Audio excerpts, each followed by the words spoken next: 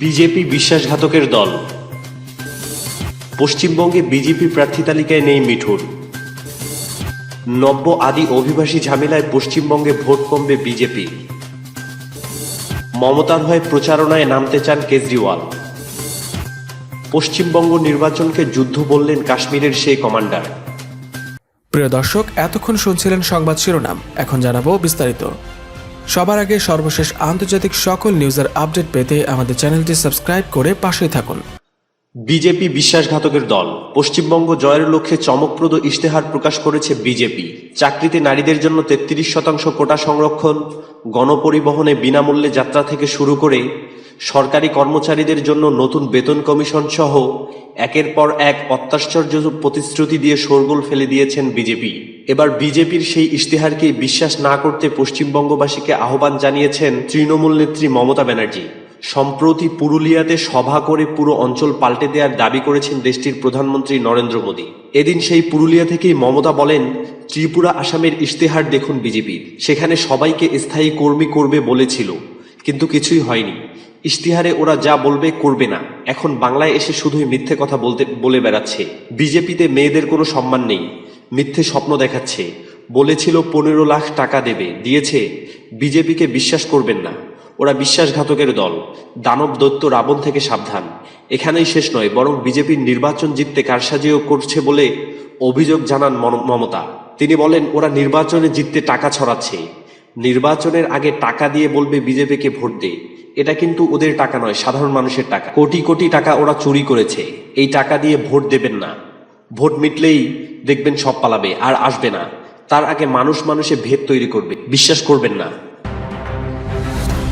পশ্চিমবঙ্গে বিজেপি প্রার্থী তালিকায় নেই মিঠুন। ভারতের পশ্চিমবঙ্গ বিধানসভার নির্বাচন সামনে রেখে বিজেপিতে যোগ দিয়েছেন ভারতের জনপ্রিয় অভিনেতা মিঠুন চক্রবর্তী। ধারণা করা হচ্ছিল বাঁশবিহারী আসন থেকে তাকে প্রার্থী করা হবে, তবে মঙ্গলবার বিজেপি ঘোষিত প্রার্থী তালিকায় মিঠুনের নাম দেখা যায়নি। এসব খবর জানিয়েছে ভারতীয় গণমাধ্যম এনডিটিভি। প্রকাশিত তালিকাটি পশ্চিমবঙ্গে বিজেপির চূড়ান্ত তালিকা হতে পারে। এ তালিকায় দেখা গেছে 13টি আসনে প্রার্থী ঘোষণা করেছে দলটি। খবরে বলা হয়েছে বাঁশবিহারী আসনে অবসরপ্রাপ্ত লেফটেন্যান্ট জেনারেল সুব্রত সাহাকে প্রার্থী করা হয়েছে। তিনি সংকটময় বছরগুলোতে কাশ্মীরে দায়িত্ব পালন করেছেন।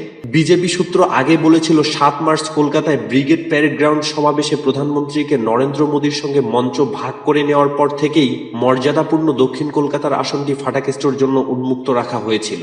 আনন্দবাজারের এক প্রতিবেদনে বলা হয়েছে, দুদিন আগে কলকাতায় মনীন্দ্র রোডের ঠিকানাতে ভোটার হয়েছেন মিঠুন। তারপর থেকে জল্পনা শুরু হয় বিজেপি প্রার্থী তালিকায় তার নাম থাকতে পারে। মনে করা হয়েছিল কাশীপুর, বেলগাছিয়া ও চৌরঙ্গী কেন্দ্রের পূর্ব ঘোষিত বিজেপি প্রার্থীরা বেঁকে বসায় এ দুটি কেন্দ্রের একটিতে ভোটে লড়তে দেখা যেতে পারে মিঠুনকে, কিন্তু সেই জল্পনাও সত্যি হলো না। মিঠুন থাকলেও মঙ্গলবারের ঘোষণায় উল্লেখযোগ্য কয়েকটি বিষয় রয়েছে। বনগাঁ উত্তর, গাইঘাটা ও বাগদা কেন্দ্রে প্রার্থী ঘোষণা করেছে বিজেপি। মতুয়া প্রভাবিত কেন্দ্রগুলোতে প্রার্থী পদে মতুয়াদের প্রতিনিধিত্ব থাকে কিনা তা নিয়ে আলোচনা চলছিল।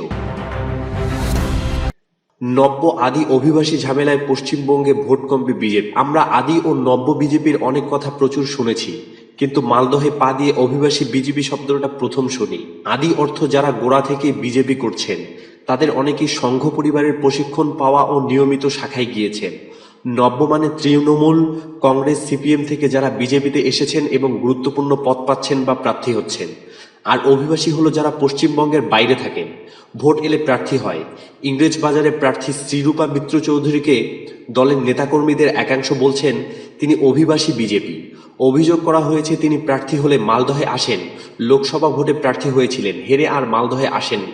এবার প্রার্থী হিসাবে তার নাম ইংরেজ বাজারে আসছে। তার নাম ঘোষণার 1 সপ্তাহ পরেই তিনি এখানে আসেননি বা আসতে পারেননি, কারণ তাকে প্রার্থী করা নিয়ে প্রবল প্রতিবাদ হচ্ছে সেখানে।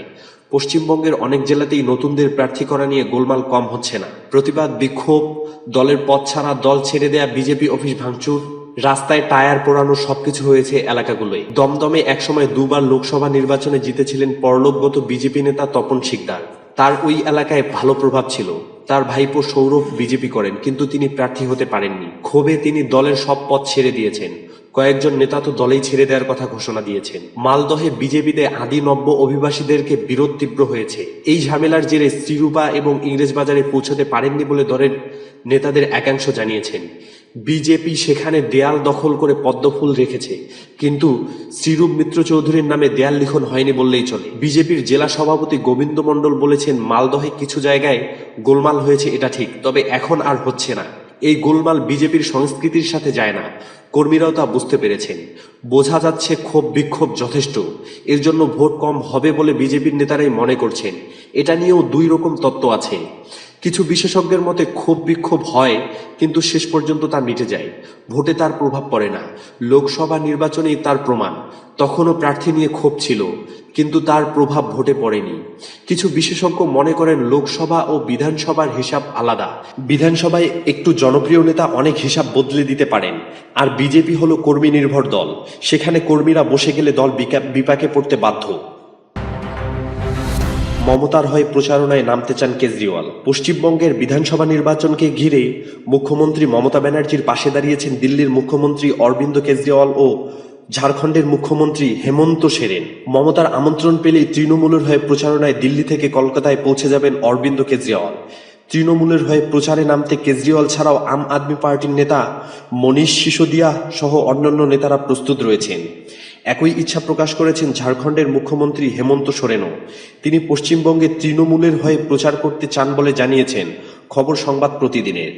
ভারতের রাজনীতিতে মমতা বন্দ্যোপাধ্যায়ের এবং অরবিন্দ কেজরিওয়ালের অন্যতম জনপ্রিয় দুই মুখ।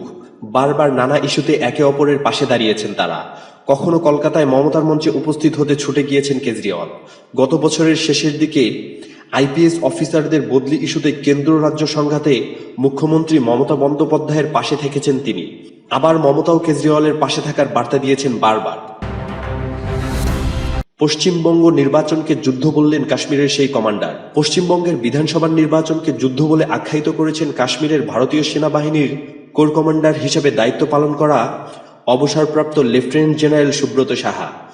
তিনি এবার কলকাতার রাসবিহারী বিধানসভা কেন্দ্রে বিজেপি প্রার্থী। ভারতীয় সেনাবাহিনীর অবসরপ্রাপ্ত deputy chief of army staff হিসেবে দায়িত্ব পালন করা সুব্রত ভারতের জাতীয় নিরাপত্তা উপদেষ্টা বোর্ডের সদস্য। মঙ্গলবার প্রার্থী হিসেবে তার নাম ঘোষণা করা হয়।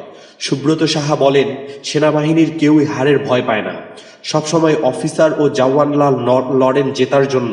আমিও লড়ছি জিতব বলেই। আদত কথা হলো প্রধানমন্ত্রীর সংকল্পপত্রকে বাস্তবায়িত করা। তার জন্য যা যা করণীয় সেগুলি করার আপ্রাণ চেষ্টা করা যাবে। মোদির জন্য যা যা করণীয় সব করব। এটা তো আরও একটা যুদ্ধ পশ্চিমবঙ্গের মানুষকে বাঁচানোর জন্য। বুধবার দিল্লি থেকে ভারতীয় সংবাদ মাধ্যম আনন্দবাজারকে এক টেলিফোন সাক্ষাৎকারে এসব কথা বলেন তিনি।